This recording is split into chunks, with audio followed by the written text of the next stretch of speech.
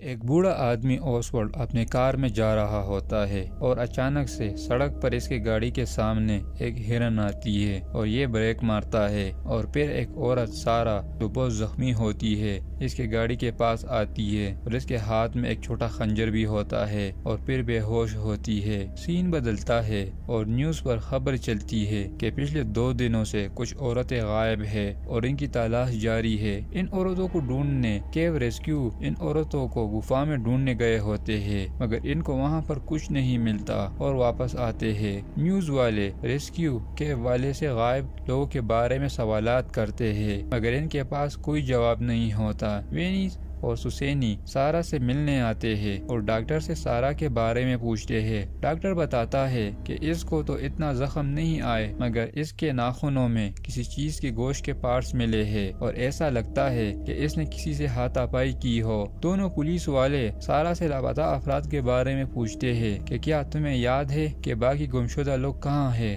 ہم نے تو گفا میں ڈھونڈا لیکن ہمیں کوئی نہیں ملا۔ سارا کو کچھ یاد نہیں ہوتا اور پولیس واپس جاتی ہے۔ اوسورڈ اور ایک سپاہی کوجی کتے کو گمشدہ لوگوں کا سراغ ڈھونڈنے کے لیے لے کر آتے ہیں مگر جب کتا ایک پرانے مکان کے اندر جاتا ہے تو وہ ڈرتا ہے اور بھاگ جاتا ہے۔ وینیس سوسینی کو بتاتا ہے کہ سارا کو تیار کرو، ہم گفا میں جا رہے ہیں۔ پولیس اور ریسکیو والے مل کر گفا کے لوکیشن پر آتے ہیں۔ گریڈ ایک روشنی والا ڈیوائس گفا میں پھینکتا ہے جو کافی گہرا ہوتا ہے۔ اوسورڈ ان کو بتاتا ہے کہ ہزاروں سال پہلے کمپنی کے مالکوں کو پتا چلا کہ اس گفا کے اندر ڈھیر سارا خزانہ ہے اور ان لوگوں نے میرا دادا جی کو یہ خزانہ ڈھونڈنے کا بولا لیکن جب میرے دادا جی اس گفا میں گئے تو واپس نہیں آئے اور لوگوں کا کہنا ہے کہ اس گفا میں جو بھی جاتا ہے واپس نہیں آتا۔ وینیس اور سوسینی کو سارا گفا میں لے کر آنے کا کہتا ہے۔ سب ایک لفٹ کے ذریعے گفا کے اندر آتے ہیں اور سارا کافی ڈری ہوئی ہوتی ہے۔ گفا میں آگے بڑھتے ہوئے یہ سب ایک کنکال کو بھی دیکھتے ہیں۔ سارا کا ڈر مزید بڑھتا ہے۔ جتنے یہ لوگ گفا میں آگے جاتے ہیں سارا ادھر ادھر دیکھتی ہے اور کسی عجیب چیز کا چہرہ دیکھتی ہے اور چیختی ہے۔ ڈن چیک کرتا ہے تو کچھ بھی نہیں ہوتا۔ یہ لوگ اور آگے جاتے ہیں اور مزید گفا کی تعداد بڑھتی ہے۔ سیمی کو ایک ڈیوائس کے ذریعے کسی چیز کی آواز سنائی دیتی ہے لیکن ان کو پتہ نہیں چلتا کہ یہ آواز کس کی ہے۔ پھر آگے ان کو ایک عورت کی باڈی ملتی ہے جس کے جسم سے گوشت نوچ نوچ کر کھایا گیا ہوتا ہے اور اس کے منہ سے چوہا نکلتا ہے۔ یہ منظر دیکھ کے سب ڈر جاتے ہیں۔ وینیز سارا سے پوچھتا ہے کہ تمہارے ایک دوست کی لاش تو مل گئی، باقی لاپتہ ہے اور تم اپنے دوست کے خون میں لت پت گفا سے نکلی، بتاؤ تم کیا جانتی ہو؟ تو ڈن وینیس پر غصہ ہوتا ہے اور کہتا ہے کہ اس بیچاری کو کیا پتا۔ گریڈ ایک تنگ راستے سے دوسری طرف جاتا ہے اور سارا کچھ عجیب شکل یاد آتا ہے اور پھر سارا سب کو بتاتی ہے کہ یہاں کچھ ہے اور مجھے لگتا ہے ہم پر یہاں حملہ ہوا تھا۔ اس کے بعد گریڈ وائرلیس کے ذریعے سب کو آگے بڑھنے کا کہتا ہے۔ سارا جب رینگتے ہوئے آگے جاتی ہے تو اس کو وہ سب کچھ یاد آتا ہے کہ کیسے ایک خطرناک کریچر نے اس کے دوستوں کو بہت بری طرح مارا۔ یہ یاد آنے پر سارا واپس بھاگتی ہے۔ وینیس سارا کو ڈھونڈنے جاتا ہے اور باقی سب گفا میں آگے بڑھتے ہیں۔ وینیس پر ایک خطرناک کریچر حملہ کرتا ہے اور بھاگتا ہے اور گفا میں پتھر گرتے ہیں اور سب پھنس جاتے ہیں۔ سیمی پتھروں کے درمیان میں پھنس جاتی ہے اور ڈن اس کو وائرلیس کے ذریعے بتاتا ہے تم کو خود کوشش کرنی ہوگی نکلنے میں کیونکہ اگر ادھر سے پتھر ہٹانے کی کوشش کریں گے تو شاید ساری گفا گر جائے۔ ڈن اور باقی دو آگے جاتے ہیں۔ وینیس کو ہوش آتا ہے۔ سیمی کے پاس سے وہ کریچر گزرتا ہے۔ ڈن اور باقی دو ایک جگہ پر آتے ہیں جہاں بہت سارے ہڈیاں پڑی ہوتی ہے اور ان کو ایک کیمرہ ملتا ہے تو یہ جب کیمرے کو آن کر کے ان میں ریکارڈنگ دیکھتے ہیں تو یہ ریکارڈنگ انہی لڑکیوں کی ہوتی ہے جس میں سارا اور باقی سب ہوتے ہیں جو اس گفا میں غائب ہوئے تھے۔ جہاں ڈن کو یہ سب ہڈیاں ملتی ہے اسی جگہ تک کی لڑکیاں بھی آئی تھی اور ایک کریچر ان کے سامنے آیا تھا جس کو دیکھ کے یہ لڑکیاں بھاگ گئی تھی۔ سیم اس طرح ڈن اور باقی دونوں کو بھی وہی کریچر دیکھتا ہے اور اس کو دیکھ کے تینوں ادھر ادھر بھاگتے ہیں۔ سوسینی ڈن کو پکارتی ہے تو کریچر اس کی آواز سن کے اس کی طرف بڑھتا ہے لیکن وقت پر سارا آ کر سوسینی کو چپ کرواتی ہے اور پھر ڈن سوسینی کو پکارتا ہے اور کریچر ڈن پر حملہ کرتا ہے اور پہلے ڈن کی انگلیاں اپنے دانتوں سے کاٹتا ہے اور پھر یہ کریچر اس کا گلا کاٹتا ہے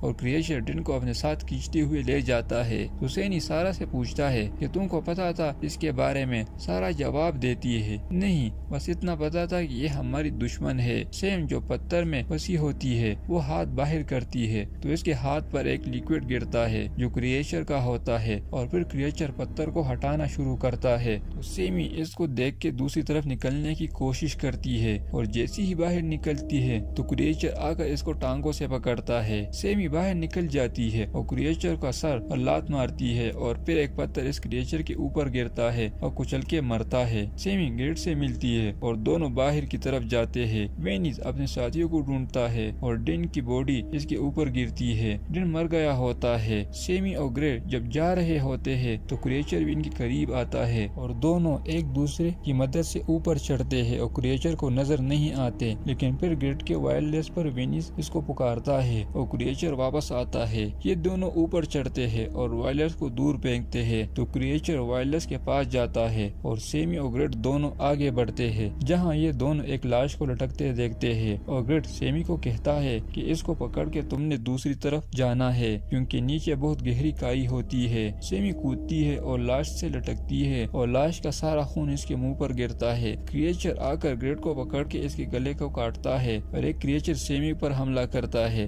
اور گریڈ ڈرل مشین سے کریچر کے سر میں سوراخ کرتا ہے اور وہ مرتا ہے اور پھر دوسری کریچر کو پکڑ کے کائی میں گرتا ہے۔ سیمی دوسری سائڈ پر جاتی ہے اور ایک اور کریچر آ کر اس کو مارتا ہے۔ پھر سارا اور حسینی ایک تنگ سرنگ سے جاتے ہیں اور اس سرنگ میں مونسٹر بھی ان کی طرف بڑھتا ہے۔ سرنگ میں ایک چوہا حسینی کے پاس سے گزرتا ہے اور حسینی چیختی ہے اور کریچر آواز سن کے ان کی طرف آتا ہے۔ سارا سرنگ کے درمیان ایک کائی میں گرتی ہے اور حسینی کو بھی کریچر سے بچاتی ہے اور اپنی طرف کھینچتی ہے۔ دونوں بہت گندی پانی میں گرتے ہیں اور کریچر بھی ان کے پیچھے آتا ہے۔ دونوں اس کریچر سے لڑتے ہیں۔ کریچر تھوڑی دیر کے لیے پانی میں غائب ہوتا ہے لیکن پھر نکل کر سارا کو پکڑتا ہے اور حسینی اپنے بالوں میں لگے پن سے کریچر کو مارتی ہے۔ یہ جگہ کریچر کی پیشاب کی ہوتی ہے اور کریچر آ کر اس میں پوٹی کر کے جاتا ہے۔ اس کے بعد جونو اور وینس کے قریب کریچر آتا ہے لیکن جونو وینس کے گلے پر چوری رکھتی ہے تاکہ یہ شور نہ کرے اور کریچر چلا جاتا ہے۔ سارا حسینی کو بتاتی ہے کہ ہمیں یہاں جونو لے کر آئی تھی۔ پھر جونو اور سارا ایک دوسرے کے سامنے آتی ہے اور دونوں لڑتی ہے۔ جونو جیسے ہی سارا کو مارنے والی ہوتی ہے تو حسینی جونو کو بتاتی ہے کہ سارا ہی ہمیں یہاں تم لوگوں کی مدد کے لیے لے کر آئی تھی۔ وینس ہتھکڑی کا ایک سائڈ اپنے ہاتھ پر لگاتا ہے اور دوسرا سارا کے ہاتھ پر لگاتا ہے تاکہ سارا دوبارہ سے بھاگ نہ سکے۔ پھر سب باہر جانے کا راستہ ڈھونڈتے ہیں۔ سب ایک جگہ پر آتے ہیں جہاں راستہ بہت خطرناک ہوتا ہے تو یہ سب ایک ایک کر کے جاتے ہیں۔ سارا اور وینس دونوں کے ہاتھوں پر ہتھکڑی ہوتی ہے، اس وجہ سے مل کر راستہ کراس کرتے ہیں اور سارا جیسی آگے جاتی ہے تو راستہ ٹوٹتا ہے اور وینس لٹک جاتا ہے۔ کریچر آتا ہے اور وینس کو پکڑتا ہے تو حسینی ایک چیز سے وینس کا ہاتھ کاٹتی ہے اور